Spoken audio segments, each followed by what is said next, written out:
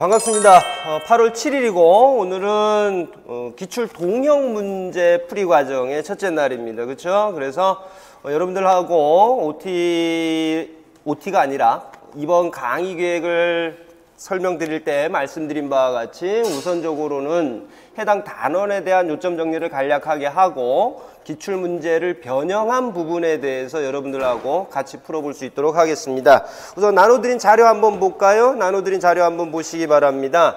전부를 담는다라는 건 무의미할 것 같고요. 이 안에 서머리라 그랬는데 전부를 담는다라는 건 무의미할 것 같고, 그래서 전반적인 흐름을 파악할 수 있도록 하는 내용들 하고요. 그 다음에 여러분들이 꼭 확인하셔야 될 부분은 다시 한번 요 손가락 모양을 표현을 해서 여러분들에게 좀 부탁을 드렸습니다. 이 안에 전부 담게 되면 이게 기본 강의 교재인지 서머리 노트인지 도저히 알 방법이 없어 구분이 안 되기 때문에 이렇게 정리를 했으니까 그런 부분은 좀 양해를 해주시고, 1페이지 한번 보시겠습니다. 행동지원, 그래서 긍정적 행동지원에 대해서 이야기를 하고 있습니다. 아마 올해도 나오겠죠. 올해도 분명히 출제될 것은 51%.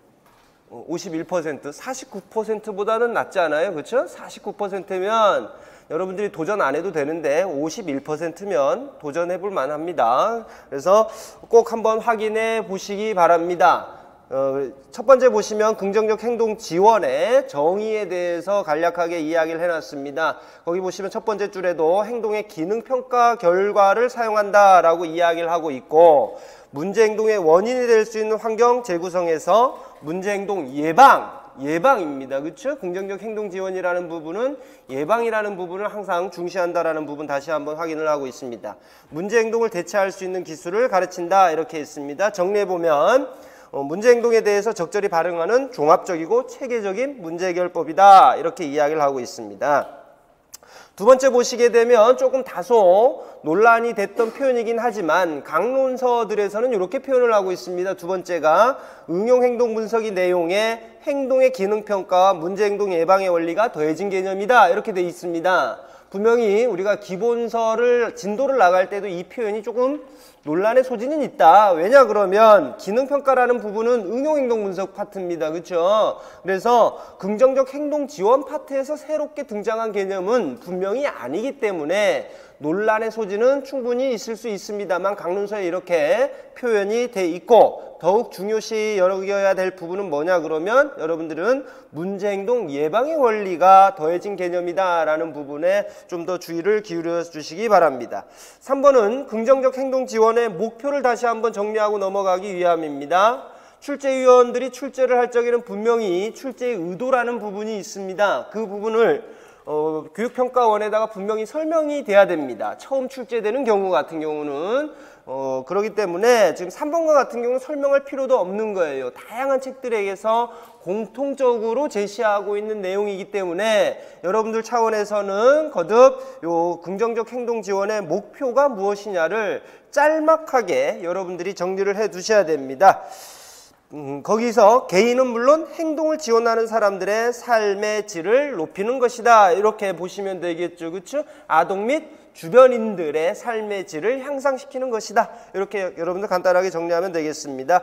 4번 주요 요소입니다. 이 주요 요소를 쓰시오 라는 표현이 나오게 되면 거기 땡에 표현된 문장들 중에서 표현들 중에서 여러분들이 꼭 쓰셔야 됩니다. 결론은 여러분들이 이와 같은 긍정적 행동 지원의 주요 요소를 외우고 계셔야 된다는 이야기겠죠. 여러분들이 오늘 기출문제를 풀면서도 그 안에 쓰게끔 했던 게 있을 겁니다. 꼭 외우셔야 됩니다. 외우시고 그 내용도 확인을 해 주시기 바랍니다.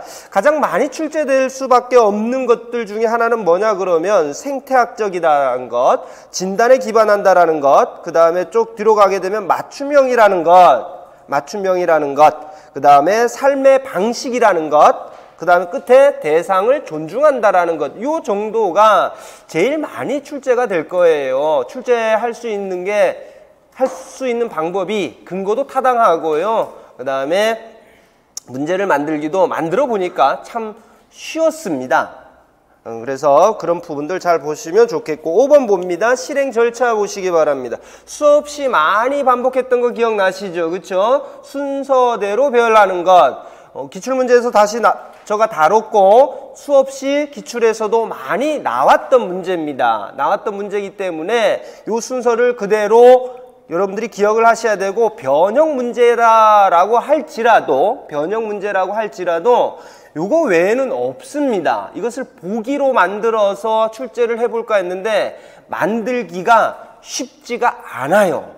뿐만 아니라 보기를 만든다 손 치더라도 단서가 너무 뻔하게 제시가 될 수밖에 없는 그런 한계가 있습니다. 문제를 만들어 본 사람은 알잖아요. 그렇죠? 그래서 이거를 문제를 변형을 시킬 때 보기를 통해서, 예시를 통해서 여러분들에게 제시를 하고 그 예시의 순서를 실행 과정에 맞춰서 이렇게 배열하게끔 하는 문제를 만들어 봤는데, 조금 전에 말씀드렸듯이 너무 이 표현이나 지금 여러분들이 종이에서 보고 계신 표현이나 문제 예시를 만든 거나 표현을 크게 바꿀 수가 없는 한계가 있다란 말이죠. 그래서 여러분들은 이 표현을 그대로 외우셔도 문제를 푸는데 큰 애로사항은 없을 겁니다. 그렇기 때문에 분명하게 예시를 해놔두시고, 다만 거기 밑에 땡땡땡 해서 표시가 냈는데 각 단계에서 다시 한번 체크하셔야 될 게 뭐냐 그러면, 표적 행동 관련 정보를 수집한다 라고 이야기를 했는데, 표적 행동의 정보는 어떻게 수집합니까? 라고 했을 때 수단이 뭐냐 그러면 기능평가, 행동의 기능평가를 통해서 이루어진다라는 것 다시 한번 확인하셔야 될 겁니다.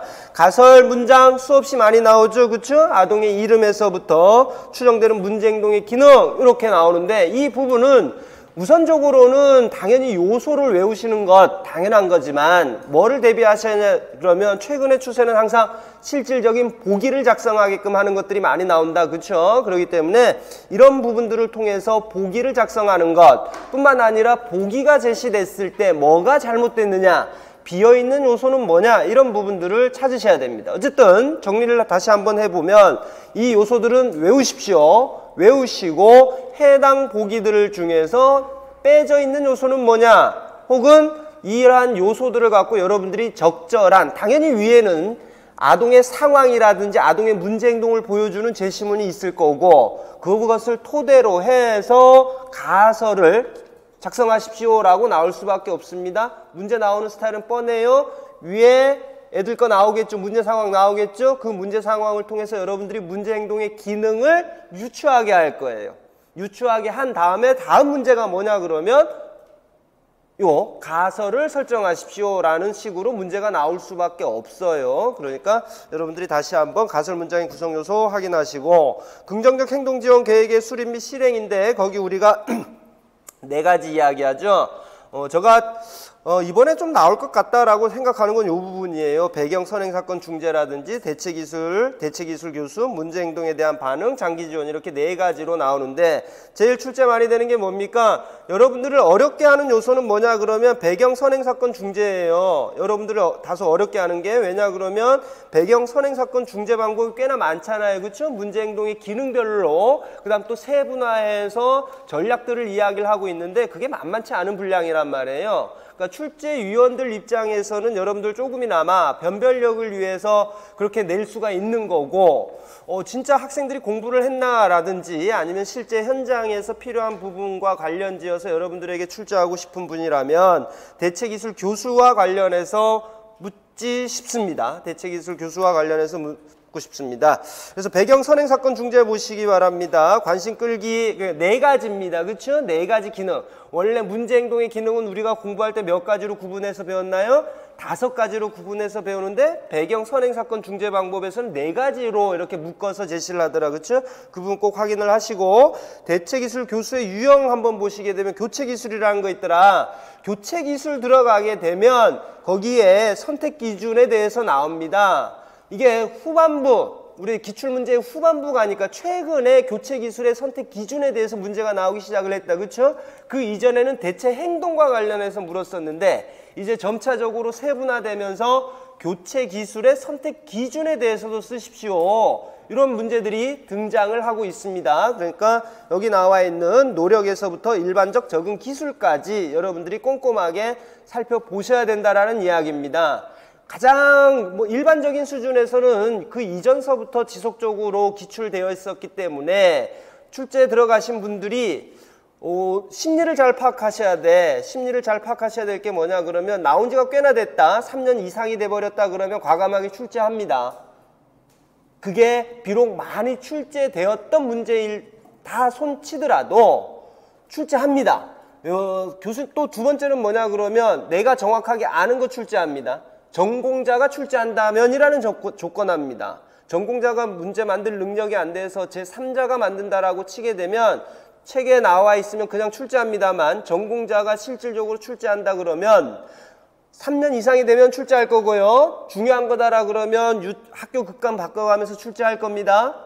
그렇기 때문에 출제자가 전공자다 그러면 뭐 낼 거냐 그러면 아마 뭐 내겠습니까? 대체기술 냅니다. 대체기술 냅니다. 대체기술.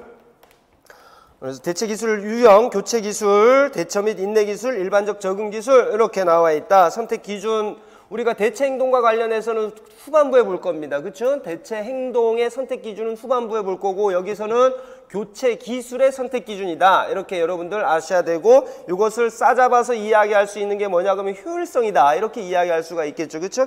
그 다음에 문제행동에 대한 반응 전략 나와 있습니다. 거기 나와 있는 대로 교수 전략들이 이 부분에 포함이 될 거고 아동의 문제행동을 유지시켜주거나 감소시켜주는 결과에 대한 제3자들의 반응을 조절하는 것을 우리는 뭐라고 이야기를 하냐 그러면 문제행동에 대한 반응 전략이다. 이렇게 이야기한다라는 겁니다. 거기에 또한 위기관리 계획이라는 게 포함이 되죠. 위기관리 계획의 목적은 여러분들이 또 깔끔하게 정리를 하셔야 됩니다. 위기관리 계획이 시험 문제 나오는 건 뭐 때문이냐 그러면 놓쳐요. 여러분들이 많이 놓치고 있는 부분이라서 이 부분을 살짝 집어넣고 목적까지도 물어볼 가능성이 있습니다. 이제 학교 차원의 긍정적 행동 지원으로 가겠습니다. 계속적으로 이어지는 이야기입니다만 학교 차원의 긍정적 행동 지원의 정의 한번 살펴보시기 바랍니다. 긍정적 행동 지원에서 계속 이어지는 거고 그 다음에 2번 넘어가시게 되면 성과, 실제, 자료, 시스템 이 네 가지 요소로 구성된다. 알고 계시죠? 알고 계셔야 됩니다. 뿐만 아니라 이 부분은 실질적으로 그림을 벤 다이어그램 형식의 그림을 통해서도 알아두셔야 되는데 제일 바닥이 성과라는 것도 알고 계셔야 됩니다. 이 네 가지 요소다라는 데서 끝나시면 안 돼요. 제일 넓은 면적을 차지하고 있는 게 성과고 이와 같은 성과 달성을 목표로 해서 세 가지 실제와 그 다음에 자료와 시스템이 돌아가는 것이다 라는 부분을 다시 한번 환기하시기 바랍니다. 다음에 3번 봤더니 3단계 예방 모델, 긍정적 행동 지원의 3단계 예방 모델입니다. 피라미드 기억하시죠? 그 모형 자체를 긍정적 행동 지원의 3단계 예방 모델이다 라고 명명을 합니다. 거기에서 각각의 중재 어떤 형식으로 중재가 제공된다고요? 제일 밑바닥 1단계는 무슨 중재? 보편적 중재, 대상은요? 그 다음에 2단계는요 무슨 중재? 보충적 중재, 대상은요 소집단입니다. 3단계는요 개별적 지원 이렇게 이야기를 하죠. 그 다음에요 누구? 집중적. 오케이, 다음으로 넘어갑니다. 4번 봅니다. 자, 4번은 준비는 해놔두세요. 준비는 해놔두시기 바랍니다. 지금까지 긍정적 행동 지원이라는 부분은 실행 단계는 계속적으로 시험 문제가 출제가 됐습니다. 아까도 말씀을 드렸잖아요. 근데 이제 학교 차원의 긍정적 행동 지원이라는 부분은 어떻게 실행할 것이냐, 이 부분은 출제된 적이 없습니다. 근데 출제될 수 없었던 이유가 뭐냐 그러면 수없이 많은 책들에서 각 단계를 달리 설명하고 있더라. 여러분들에게 자료 나눠드렸습니다. 이렇게 서로 다르다라고 이야기를 드렸는데 양명희 교수님 책이 제일 마지막에 이게 미국 긍정적 행동지원센터다라고 이야기를 드렸습니다. 다른 책들하고의 차이점은 뭐냐 그러면 다른 책들에서 소개시키고 있는 부분들은 각 학자들의 이야기입니다. 학자들이 제시한 학교 차원의 긍정적 행동 지원의 단계를 설명하고 있는 반면에 양명희 교수님 책에 설명된 바는 가장 최근에 미국 긍정적 행동 지원 센터에서 발표한 내용을 이야기를 하고 있습니다. 그렇다면 출제하고 싶은 사람이 있다라고 하게 되면요. 출제하고 싶은 사람이 있다. 위원이 있다. 그러면 누구 것을 낼 수밖에 없느냐? 양명희 교수님 책에 나와 있는 양명희 교수님 책을 낸다는 게 아니라 미국의 긍정적 행동 지원 센터에서 발표한 단계를 제시할 수밖에 없습니다. 무슨 이야기인지 알겠죠? 왜냐 그러면 학자의 이야기와 기관의 이야기를 두 개를 놓고 비교했을 때 어느 쪽이 더 공신력 있는 것이냐, 그 다음에 출제위원 입장에서는 어떠한 근거를 갖고 이 문제가 타당하다라는 것을 보여줄 것이냐, 이 부분을 전부 염두에 둔다면 지금 미국 긍정적 행동지원센터에서 발표한 이와 같은 단계를 출제할 수밖에 없을 것이다. 그래서 학교 차원의 긍정적 행동지원 실행 단계 외워야 될까, 어떻게 될까, 그 다음에 어떤 사람이 이야기한 걸 외워야 될까, 이런 부분에 대해서 고민을 하고 있다면 지금 여러분들 보고 계신 이 단계를 참고하시기 바랍니다. 다음 기능평가하고 표적행동 보시기 바랍니다. 기능평가, 지금까지 여러분들은요 기능평가의 정의에 대해서 기능평가는 잘 알고 계신데 기능평가가 뭐다 써봐라 이렇게 하면 또 막막하신 분이 계실 겁니다. 거꾸로 생각할 수 있다는 거 충분히 헤아리시기 바랍니다. 그래서 정의 다시 한번 보시기 바랍니다. 문제 행동과 기능적 관계가 있는 선행 사건이나 후속 결과에 관한 정보를 수집하는 것을 기능평가다, 이렇게 이야기를 합니다. 거듭 이야기합니다. 과거에 출연율, 발생률, 시험 문제 출제했을 때 출제될 수 있었던 게 뭐냐 그러면 학생들이 이거 평상시 많이 쓰는 용어다. 근데 실질적으로 그 의미 알고 쓰고 있을까라는 데서 출발했던 겁니다.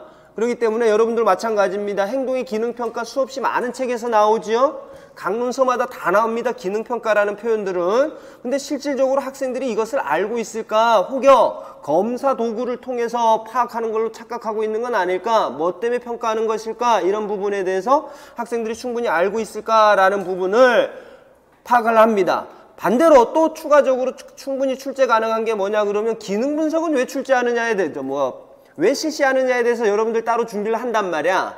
그쵸? 기능 분석 뭐 때문에 실시합니까? 언제 실시해야 됩니까? 이런 부분들을 간혹 시험 문제를 통해서 볼 수가 있는데 기능평가에 대해서는 지금까지 그래 기능평가하고 기능평가 통해서 뭔가 부족한 점이 있으니까 기능 분석하는 거야? 이 정도에서 전부 마무리가 돼버리고 있단 말입니다. 그런 부분들을 빈틈을 노릴 수가 있으니까 이 부분 역시도 꼭 확인하고 넘어가시기 바랍니다. 목적 나와 있습니다. 기능평가의 목적이 뭐냐라는 부분, 문제행동 유발 또는 유지하는 환경적 요인을 찾아 그에 대한 가장 효과적인 중재를 제공하기 위한 것입니다. 중재를 제공하기 위한 겁니다. 정보 수집 왜 하느냐? 가장 효율적인, 효과적인 중재를 제공하기 위한 것이다 라는 부분 알아두시기 바랍니다.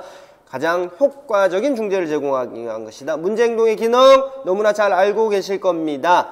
관심 끌기에서부터 쭉 나오고 보기 나온다 그러면 제일 많이 등장하는 게 관심 끌기하고 회피하기라는 거. 제일 많이 나오는 유형은 그래요. 그 다음에 문제행동의 기능평가 방법 두 가지가 있더라 라고 이야기를 하고 있고, 직접 평가의 방법 봤더니 일화 관찰 기록, ABC 관찰 기록해서 발달 순서대로 발달해온 순서대로 쭉 났습니다. 유아 같은 경우는 일화 관찰 기록이 가장 많이 나왔었죠, 그쵸? 일화 관찰 기록이 많이 나왔었고 최근에 표본 기록이라는 게 기출에 등장을 했었어요. 그래서 이번에 여러분들 동영 문제 풀다 보니까 표본 기록과 관련된 문제가 나왔었죠. 그러니까 있었다. 표본 기록이었는데 그 부분은 우리 특수 관련 책에서는 많이 언급을 안 합니다. 여러분들에게 나눠드린 자료 자체도 일반 교육에서 이야기하는 연구방법론에서 발췌를 해서 드린 거예요. 그래서 표본 기록이라는 부분이 이미 문제가 출제가 됐었기 때문에 일화 기록은 수없이 많은 기출 문제들이 있었고, 이제 표본 기록과 관련해서도 한 번은 여러분들이 정리를 해 두실 필요가 있다 싶어 갖고 변형을 해서 내봤습니다. 이제 행동분포 관찰이라는 평가 방법이 있었는데 거기 장점이 있었다, 맞죠? 거기 시간대라는 용어를 써서 여러분들이 정리를 해 두시기 바랍니다. 이제 다섯 번째 봤더니 기능 분석과 관련해서 나옵니다. 기능 분석 봤더니 문제 행동을 둘러싼 환경을 체계적으로 조작하여 행동과 환경 사이의 기능적 관계를 입증하는 방법입니다. 이게 행동하고 환경 사이의 기능적 관계를 입증하는 방법으로 여기까지가 목적이죠, 그쵸? 이게 목적이고 다음서부터 언제 실시하는 겁니까에 대한 답이 되는 겁니다. 기능 분석은 언제 실시합니까? 했더니 기능평가위에서 간접평가하고 직접관찰평가 할 거다, 그쵸? 이걸 통해서 정보 수집할 건데 정보 수집해도 명확한 가설을 세우기 어렵거나 기능평가에 근거한 중재가 효과적이지 않을 때 실시한다. 이렇게 되어 있습니다. 이게 뭐냐 그러면 기능 분석을 실시할 때입니다. 시기입니다. 시기. 기능 분석을 실시해야 되는 시기가 여기에 해당이 됩니다.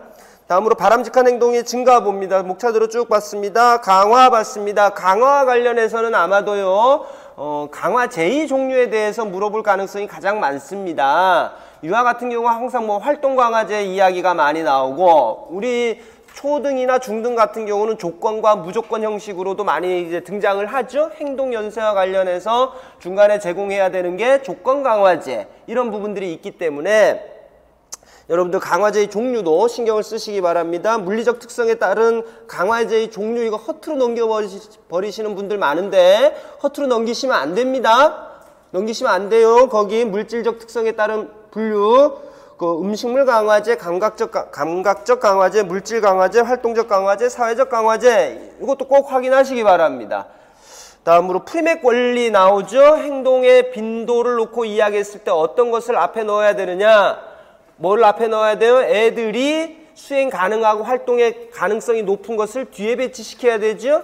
공부하면 뭐 줄게? 이 부분을 생각을 하시면 됩니다. 공부할 가능성이 낮으니까 그것을 먼저 하면 나중에 선호하는 활동을 하게끔 해주는 것. 그래서 뭘 하게 하려고요? 활동의 빈도가 낮은 것을 증가시키려고 하는 거잖아요. 그렇죠? 이런 부분들 다시 한번 여러분들 정리를 하셔야 됩니다. 그래서 발생 가능성이 높은 활동을 어디다가 배치를 한다? 활동 가능성이 낮은 활동 뒤에 오게 하는 것이다 라고 이야기를 하고 있습니다. 그 다음에 강화제 시기 강화 계획이라고 한다. 강화 계획에는 크게 두 가지가 있다라는 것도 머릿속으로 떠오르십니까? 뭐가 있습니까? 연속 강화 계획이냐 간헐 강화 계획이냐 이렇게 하고 간헐 강화 계획에 다시 또 우리가 세 가지로 분류를 했었다. 그렇죠? 비율이냐 아니면 간격이냐 시간, 고정 시간이냐 이렇게 세 가지로 비율을 했던 것도 있습니다. 그래서 간헐 강화 계획의 장단점 꼭 확인하시고 토큰 제도 나오죠. 토큰 제도 나오고 강화제와 교환할 수 있게 하는 겁니다. 3페이지 넘깁니다. 행동계약으로 한번 보겠습니다. 행동계약은 아무래도 뭐가 여러분들에게 주의를 요하느냐 그러면 행동계약의 거기 구성요소 있죠? 구성요소와 관련해서 여러분들이 확인하실 필요가 있습니다. 표적 행동 있고 조건과 증거 있고 그 다음에 계약 내용과 방법 있고 계약기간 있고 하나 빠져있는 게 있죠? 서명이라는 부분이 빠져 있습니다. 추가해 주시기 바랍니다. 이게 문제 만들었다 뺐다 하면서 아마 여러분들에게 또 누락이 된 것 같은데 서명이라는 부분입니다. 그 다음에 집단 강화 한번 보시기 바랍니다. 집단 강화의 종류를 여러분들이 꼭 확인을 하시기 바랍니다. 집단 강화의 종류 몇 가지가 있다고요? 세 가지가 있다. 세 가지가 있는 거고 거기 몇 번째를 보셔야 되냐 그러면 세 번째 한번 보실까요? 세 번째 종속적 집단 강화 그 다음에 상호 종속적 집단 강화 하나가 독립적 집단 강화잖아요. 그렇죠? 이 세 가지 중에서 종속적과 상호 종속적 같은 경우는 또래의 부당한 압력이 문제가 될 수 있고 한 구성원이 집단의 노력을 고의로 방해할 수 있다. 이와 같은 단점이 있다라는 것도 다시 한번 짚고 넘어갑니다. 고학률 요구 연속 나와 있습니다. 고학률 요구 연속. 고학률 요구 연속은 분명히 보기를 통해서 아마 제시가 될 겁니다. 보기가 제시가 될 거고 주의점 있죠. 두 가지 정도가 있습니다. 이 부분에 대해서 꼭 확인을 하시기 바랍니다. 고학률 요구 연속 주의점 두 가지는 조금 전에 여러분들 기출 동영에 출제가 됐습니다. 주의해야 될 점 뭐가 있는지 부분 나와 있습니다. 고학률 요구 연속 정답이 되려 그러면 잘하는 거 쭉 시키다가 문제 유형은 뻔한 겁니다. 예시가 나오면 잘하는 거 쭉 시켜. 그럼 애가 맨날 수행할 거야. 잘했어 하다가 갑자기 애 못하는 거 한번 뚝 시켜갖고 애가 하잖아. 그러면 잘했어. 이렇게 해서 끝마무리가 된다. 그러면 그건 다 백발백중 뭡니까? 그겁니다. 고학률 요구 연속입니다. 뭐 고민할 필요도 없습니다. 문제 그 정도밖에 못 만들 수 있는 수준이.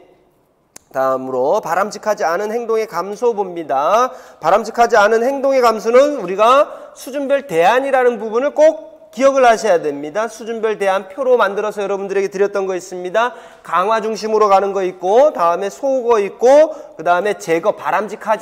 바람직한 자극을 줬던 거 뺏어버리는 거. 나중에는 혐오 자극을 제거하는 순으로 쭉 가는 거죠. 그쵸? 강화 중심의 전략이라는 것은 차별 강화 쪽으로 이야기하는 겁니다. 강화 이렇게 붙어 있는 것들을 이야기를 하는 거고. 다음으로 두 번째 보시면 행동 감소를 위한 원칙에는 최소 강제성 대안의 원칙하고 행동의 기능에 근거한 중재 이렇게 두 가지가 있습니다.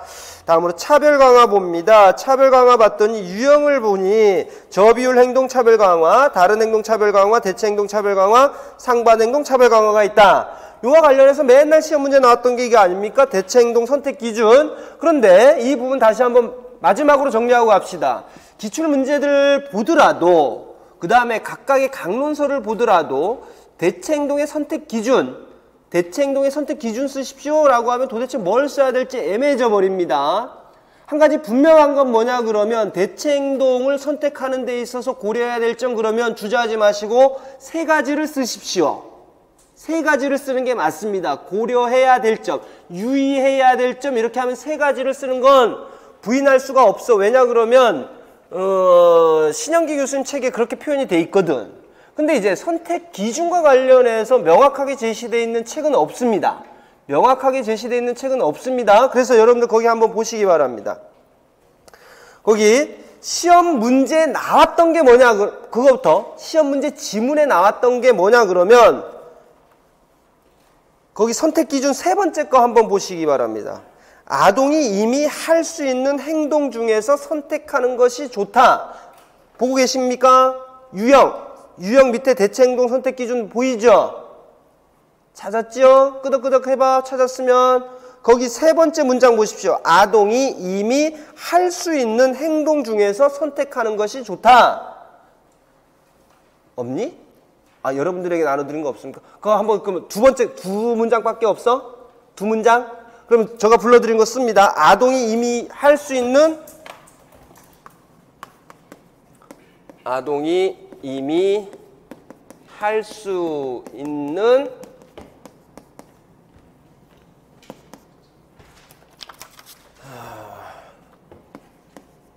행동 중에서 선택하는 것이 좋다. 요 표현 그대로가 기출에 출제됐던 겁니다. 이 표현 한 번 출제됐습니다. 한 번 기출해 보니까 선택 기준 도대체 여러분들에게 어떻게 정리를 해줄까 해서 쭉 보면 기출에 선택 기준 쓰십시오 라는 문제는 있지만 선택 기준을 한 번이라도 언급해줬던 게 요 표현 하나입니다. 그래서 우리가 항상 고민하는 게 뭐를 써야 될까 고민인데 요 표현하고도 뭐가 나와 있냐 그러면 다음 문장이 웃겨버립니다. 선택, 요걸 기준으로 해야 돼요. 그 외에도 고려해야 될 상황은 이렇게 되어 있습니다. 아마 공부하신 분들은 아마 그 떠오르실 수가 있을 거예요. 문제가 그렇게 되어 있어요. 기출에 이미 출제됐던 문제에 대체 행동을 선택할 때는 이것을 기준으로 합니다. 그 외에도 고려해야 될 사항으로는 해서 문제가 고려해야 될 사항 두 가지를 쓰십시오. 이렇게 돼 있어. 그러니까 기출문제를 통해서는 도저히 감을 못 잡는데 지금 여러분들 요거까지 하면 세 가지죠. 세 가지죠. 여기 이미 여러분들 유인물에다가 나눠드린 것까지 추가하면 세 가지입니다. 고려해야 될 상황, 선택 기준 그러면 위아래 걸 전부 고려하시기 바랍니다. 아셨습니까? 아셨습니까? 거기 선택 기준으로 이야기하고 있는 것 세 가지하고 고려사항하고 모두가 포함이 될 수 있다는 걸 염두에 두시기 바랍니다. 아셨죠? 효율성 이야기 나왔다 그러면 따지지 말고 뭐 쓰면 돼? 고려사항이다 딱 잘라서 이야기했다. 뭐 이야기하면 되겠니? 인식성하고 수용성 생각하면 돼. 나머지 세 개, 나머지 두 개. 맞죠? 고려해야 될 사항 우리는 세 가지로 정리를 항상 합니다. 효율성, 수용성, 인식성. 이렇게 세 가지니까 고려해야 된다라고 하고 그 쓰면 되는 거고 시험 문제에 예를 들어서 이와 같은 표현 나온다. 그래도 주저하지 마십시오. 고민할 필요 없습니다. 이게 고려사항이냐 선택사항이냐 이렇게 기존의 문제들에서 왔다 갔다 하고 있는 상황이 많기 때문에 고민할 필요가 없습니다. 제가 개인적으로 저한테 의견을 묻는다 그러면 거기에 첫 번째 나와 있는 거 문제 행동과 기능이 동일해야 된다. 이거는 선택 기준이 될 수가 없어. 왜냐 그러면 대체 행동의 정의 자체가 이거야. 대체 행동의 정의가 문제 행동의 기능과 동일해야 된다. 이게 대체 행동의 정의인데 이게 선택 기준이 될 수는 없다라고 봅니다. 그럼에도 불구하고 뭐 이렇게들 이야기를 하고 있으니 여러분들도 마찬가지로 그 범주 안에서 생각을 해야 되겠죠. 거듭 정리를 합니다. 선택 기준이라는 게 있고 고려해야 될 상황이라는 게 분명히 존재합니다. 그런데 이 대체 행동에 대해서만은 그 어떤 책들도 명확하게 잘라서 이야기해주는 책이 없더라.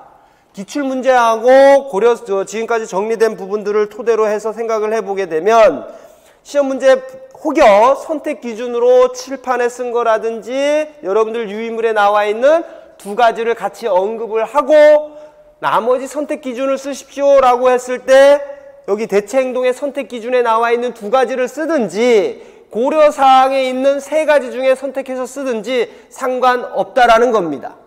상관없을 것이다. 왜냐 그럼 지금까지 이걸 구분지어서 출제한 적이 없더란 말이야. 없기 때문에. 그래서 여러분들 혼동하지 말라는 겁니다. 이거 나왔다고 해서 와 지금까지 공부한 적 없는데 라고 해서 나머지 거 생각하시려고 하지 마시고 알고 계셨던 건 세 가지는 알고 계셨잖아요. 그렇죠? 그 범위에 대해서 쓰셔도 된다. 다음으로 각 차별행동의 종류별 목적 확인해라 라고 되어 있습니다. 목적 기억하시죠? 저비율행동 차별강화의 목적은 뭡니까? 저비율행동 차별강화? 행동의 빈도를 감소시키는 거죠. 감소시키는 거. 그 다음에 나머지 상반행동과 대체행동은 표적행동을 제거하는 거고 표적행동을 제거하는 거고 또 하나 뭐였니? 다른 행동은 문제행동이 발생하지 않는 시간을 증가시키는 거고 이렇게 해서 여러분들이 있습니다. 기회에 또 문제 올라가 있으니까 비유관 강화 보시면 문제행동의 발생 여부에 상관없이 계속적으로 강화를 제공을 하더라 이런 부분 이야기했습니다. 다음에 속어 보게 되면 거기 속어 저항이 나타날 수 있다라고 되어 있습니다. 속어 저항과 관련해서는 속어 폭발이냐 속어 저항이냐 이게 시험 문제에 한번 나온 적이 있었죠. 그 다음에 부적벌하고 정적벌이라는 부분이 있습니다. 부적벌하고 정적벌. 거기에 부적벌에는 반응 대가하고 타임아웃, 다음에 교정벌에는 과잉 교정하고 혐오 자국 제시. 제가 만약에 문제를 낸다 그러면 과잉 교정을 내고 싶은 생각이 꿀뚝 같습니다. 뭐냐 그러면 우리 교육 현장에서 유아들 대상으로 이거 있잖아요. 책을 찍는 습관이 있다 그러면 책을 신문지 같은 거 잔뜩 갖다다가 하루 종일 그거 찍게 해갖고 번아웃 시켜버리는 경우들 있죠. 그거는 분명히 과잉 교정이 아니다라고 했습니다. 과잉 교정이 되려 그러면 뭐를 느껴야 되느냐? 아동이 당사자 자체가 불편함을 느껴야 되는데 그게 없단 말이야. 그래서 그런 부분들을 여러분이 명확하게 구분하는가와 관련해서 충분히 저 입장에서는 낼 수 있지 않을까라는 생각이 듭니다. 새로운 행동의 습득으로 넘어갑니다. 변별 훈련하고 우리가 처음으로 넘어가서 자극 통제에 대해서 배웠죠. 그렇죠? 변별 훈련은 뭐고 자극 통제는 뭐냐 이렇게 배웠었습니다. 다음으로 배웠던 게 촉진이다. 촉진의 종류는 우리가 두 가지가 있을 수가 있다라고 했습니다. 반응 촉진하고 자극 촉진 이렇게 돼 있었고 반응 촉진의 종류 강도에 따라서 강제성이 약한 거에서부터 쭉 배열을 해놨습니다. 강제성이 약한 것부터 배열을 해놨으니까 보고 자극 내하고 자극 이 부분 역시도 출제 가능성은 상당히 높습니다. 출제 가능성은 상당히 높다라고 보죠. 근데 아마도 시각 촉진은 이제 안 나오지 싶어. 그렇죠? 시각 촉진은 내면 바로 알잖아. 바로 내면 아니까 자극 내하고 가외 정도에서 아마 출제를 한다 그래도 나올 가능성이 상당히 있지 않겠느냐라는 겁니다. 참고로 여러분이 보고 계시는 자료는 나중에 출제위원들한테 다 들어갑니다. 그래서 여기선 시험 문제 안 나와. 무슨 이야기인지 알겠죠? 여기 오늘 보고 있는 문제, 지금 여러분들이 보고 있는 자료에서는 출제 똑같이 나오지 못해. 바꿔서는 나오지. 바꿔서는 나오는데 요거에 나와 있는 그대로 출제될 거라고 생각하지 마. 다 출제위원들 다 검토해서 내는 겁니다. 여러분들 갖고 계신 기본서하고 기출문제까지 싹 들어갑니다. 그러니까 거기서 나올 거라고 생각하시면 안 됩니다. 거기에서 또 변형시켜서 나온다라고 보시면 돼요. 그러니까 똑같은 문제 나온 적 없잖아요. 그렇죠? 응. 그래서 여러분 정리용어로 쓰시라고 하는 이야기입니다. 여기서 출제될 거라고 보시 마시고.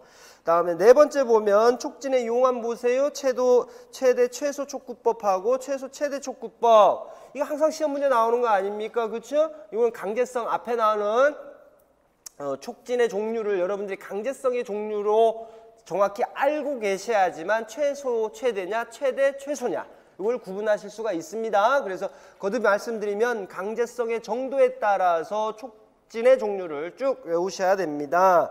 다음에 점진적 촉구지원법이라는 거하고 점진적 안내 이렇게 나와 있습니다. 점진적 안내 봤더니 신체적 촉구 체계적으로 용암시키는 데 사용되더라 라고 하고 있고, 점진적 안내하는 데 있어서 손 위에 손 요 표현들 나오더라. 그렇죠? 손 위에 손이라는 거 이야기 나고, 촉구지원법 어떤 책에 보니까 무변시간지연인데 기출의 시험 문제는 뭐가 나왔냐 그러면 동시촉구가 시험에 나왔습니다. 무변시간지연은 시간을 바꾸지 않겠다라는 건데 거의 0초를 기준으로 해서 하더라라고 해서 자료도 나눠드린 적이 있습니다. 그 다음에 행동연쇄 나왔습니다. 행동연쇄 두 가지가 있더라. 그래서 상황을 제시하고 이게 어떤 행동연쇄법이냐 자꾸 묻지요. 그쵸? 그 다음에 행동연쇄법을 제공할 때 어떤 강화제를 제공을 하느냐 이 부분 여러분들이 묻고 있습니다. 행동형성법 나와 있습니다. 행동연쇄 말고 행동형성, 현재 나타나지 않는 표적 행동을 발생시키기 위해서 표적 행동에 점진적으로 가까운 행동을 체계적으로 차별 강화해서 새로운 행동을 형성시키는 것이다. 이렇게 이야기를 했습니다. 자, 다음으로 4페이지, 5페이지 한번 볼까요? 5페이지 봤더니 표적 행동에 가까운 행동이라는 건 뭐냐 알아두시기 바랍니다. 행동 형성을 할 때 표적 행동에 가까운 행동이라는 것은 표적 행동을 하기 위해 필요한 행동들이거나 표적 행동과 같은 행동이지만 강도, 양, 기간이 다른 행동을 이야기한다. 세 가지 측면에서 강도라든지 양이라든지 기간이 다른 행동을 의미한다라고 이야기를 했습니다. 이제 모방학인데 모방하기 이 파트는요 오히려 지금 내일 시간에 배우는 지적장애 파트의 문제들이 몇 문제가 있습니다. 그래서 이 부분에 포함을 안 시켰습니다. 이 부분에 포함 안 시킨 이유는 그렇습니다. 오롯이 이번 문제는 자기 관찰하고 자기 모델링만 이 부분에 시켰고, 지적장애 파트 넘어가게 되면 모델링과 관련된 문제들을 다룹니다. 관찰학습 이런 부분들은 지적장애에서 다룬다라는 거 알아두시고, 자기 관찰하고 자기 모델링이 있다. 일반화 보겠습니다. 일반화 여러분들 아직도 구분을 못하시는 학생이 있는 것 같습니다. 자극 일반화하고 반응 일반화 명확하게 구분할 수가 있어야 됩니다. 상이한 자극에 대해서 동일한 반응이 일으킨다. 뭐라고요? 그게 자극 일반화. 동일한 자극에 대해서 상이한 반응이 일으킨다. 그게 뭐지요? 반응 일반화입니다. 그래서 그 부분들 여러분들 다시 한번 정확하게 기억해야 되고, 일반화하게 되면 항상 결부시켜서 나오는 게 일반 사례 교수법. 일반 사례 교수법은 이제 순서대로 지금 여러분들 책에 자료에 나눠드린 대로 단계들을 쭉 설명하고 이건 순서대로 배열하십시오의 문제는 거의 안 나온다라고 볼 수 있겠죠. 예시를 통해서 뭐 잘못된 부분을 찝어낸다든지, 그 다음에 단계별로 예시들을 제시해 놓고 그 예시들을 단계별로 맞춰 놓으십시오라고 하는 문제들이 출제될 가능성이 상당히 많습니다. 여기서의 주안점은 뭐냐 그러면 교수학습 상황에서 얘들을 선택을 해야 되는데 그 얘를 최소로 선정을 해야 된다라는 거죠. 최소로 얘들을 선정을 해야 된다라는 부분들을 여러분들이 기억을 하시기 바랍니다.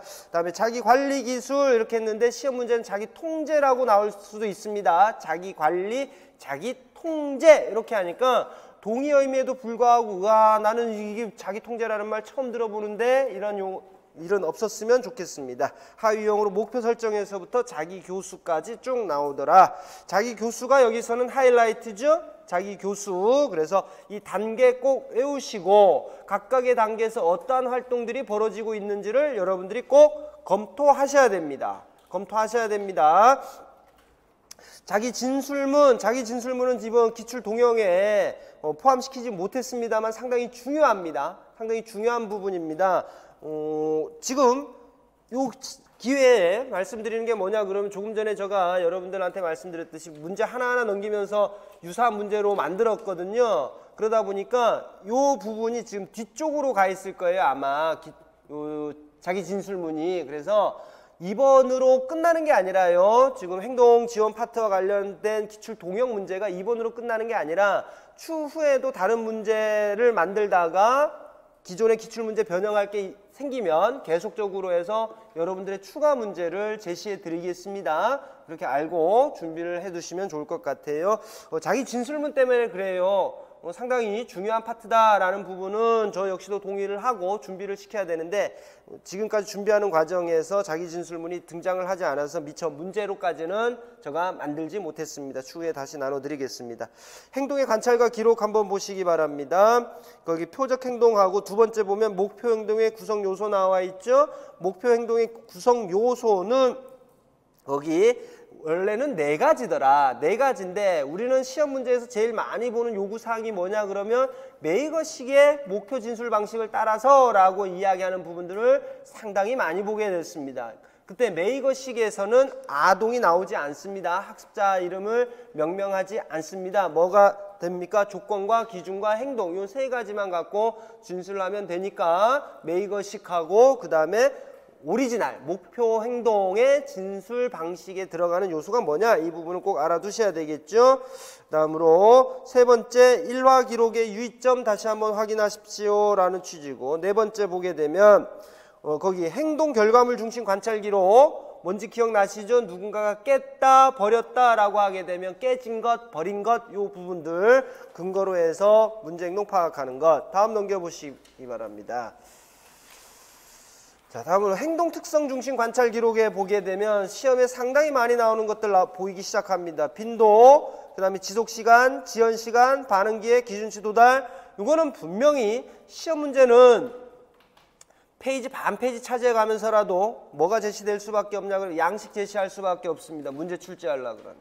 그 안에 수치도 집어넣어야 되고요. 그쵸? 그 다음에 그 생가지 모양, 산가지 모양으로 이렇게 빗금도 쳐줘야 되잖아요. 그치? 문제 출제하려고 그러면 다음에 또 뭐 나오겠습니까? 당연히 관찰자간 일치도 구하십시오 라는 문제가 출제될 겁니다. 그래서 이 부분은 꼭 양식 확인하셔야 됩니다. 양식 확인하셔갖고 그 양식에 맞는 명칭 쓸 수 있도록 준비를 하시고 그 해당 양식이 주어졌을 때 관찰자간 일치도 어떻게 산출하는지 됐죠? 그 다음에 시간 중심 관찰 기록 5번하고 6번은 쌍벽을 이루죠. 그쵸? 뭐가 출제될지 모른다. 6번 같은 경우 제일 출제 가능성이 출제하기 좋은 게 뭔지 아세요? 가운데 나와 있는 부분간격 기록법입니다. 부분간격 기록법 우리 3가지잖아. 3가지 배우잖아요. 그쵸? 간격 기록법하고 시간 표지법 이렇게 크게 2가지로 나누고 이것을 세분화하게 되면 3가지가 되는 거잖아요. 그래서 전체, 부분, 순간 이렇게 3가지로 나누는데 출제하기 제일 좋은 게 뭐냐 그러면 부분이야. 부분. 왜냐 그러면 이 부분 간격은 걸쳐만 있으면 되는 거잖아요. 그쵸? 걸쳐만 있으면 카운트를 해야 되기 때문에 출제하는 입장에서 상당히 좋습니다.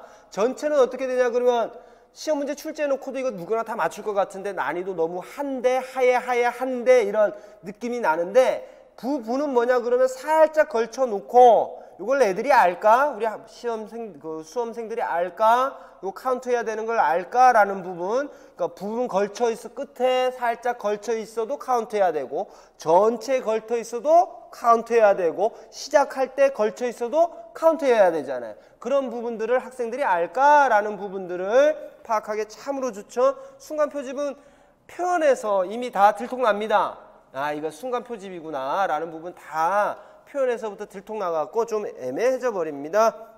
그래서 행동 발생률 구할 수 있어야 되겠다. 행동 발생률은 지금 요게 보게 되면 시간 중심 관찰 기록은 시간을 일정한 간격으로 나누면 그 등분이 나올 것이다. 맞죠?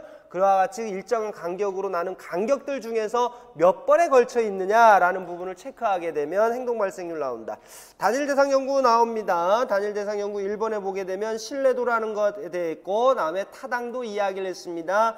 타당도에 보니까 내적 타당도 나와 있습니다. 내적 타당도 용어 기억하시기 바랍니다. 실험 결과 나오는데 이 실험 결과가 진짜로 믿을 만한 것이냐 믿을만한 실험 처치의 효과, 중재 효과에 의한 결과가 맞느냐 이거 이야기하는 게 내적 타당도입니다. 오늘 기출문제 중에 끝에가 이 내적 타당도와 관련된 문제가 있습니다. 지금 끄덕끄덕 안 하는 학생은 못 쓴 거야. 지금 내적 타당도가 오늘 시험 문제 끝에 등장해야죠. 다음에 외적 타당도라는 건 실험 결과 일반화시킬 수 있는 것이냐, 다음에 사회적 타당도, 또 기출 동영에 있었죠. 기출 동영에 있었습니다. 사회적 타당도. 기능력 중재 방법, 목표는 목표와 관련해서, 과정과 관련해서, 효과와 관련해서 이번에 출제됩니다. 이렇게 말하면 안 돼. 이미 다 써먹었기 때문에. 근데 알아두십시오. 사회적 타당도 조금 여러분들 기출 동영에 아까 목표는 어떤 사회적 타당도의 목표, 그 다음에 과정, 효과 이렇게 해서 구분해서 놨습니다. 다음으로 생태학적 타당도 나와 있습니다. 얼마나 통제된 실험실 상황 또는 이와 유사한 상황에서 얼마나 일반화할 수 있는가와 관련된 타당도이다 라고 했습니다. 단일 대상 연구의 설계 종류 나와 있습니다. 반전 설계 보시면 통상 우리가 AB 설계를 의미한다 라고 이야기를 하고 있습니다. 그렇죠? AB 설계의 변형이다. 중다 기초선 설계 3가지 종류가 있더라 라고 했습니다. 행동간, 대상자 간, 상황 간. 여기에 보게 되면 여러분들에게 시험 출제 제일 많이 되는 게 뭐냐, 그럼 언제 중재 실시할 것이냐, 중재 실시 시기가 맞느냐, 이거 제일 많이 나온다. 그쵸? 중재 실시 시기가 맞느냐를 보려면 기초선 봐야 된다. 그쵸? 기초선 봐야 되고 그 이전 단계의 중재가 안정기에 접어들었느냐 꼭 확인하시면 됩니다. 여러분들 수준에선 글로 게임 끝. 더 이상 묻지 않습니다. 여러분들 학부 수준에선 그 정도까지만 묻는 게 전부여서 그거 꼭 확인하시기 바랍니다. 그 다음에 중다 기초선 설계가 갖고 있는 문제점을 해결하기 위해서 띄엄띄엄 측정하게 해줬더라. 기초선을 맞죠? 그게 뭐냐 그러면 중다 간헐 기초선 설계다 라고 이야기를 하고 있습니다.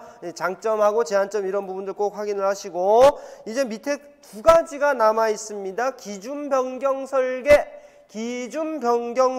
거기 보시면 양식 항상 위에다가 바가 있더라. 기준 변경 설계는 항상 바가 있습니다. 이 바가 뭐를 이야기하는 거죠? 이 기준 이야기하려고 바를 맨날 그려놓은 거잖아. 없을 수도 있습니다. 없을 수도 있는데 우리 지금까지 시험 문제라든지 거기에는 항상 이거같이 바를 그려놨어. 없을 수도 있습니다.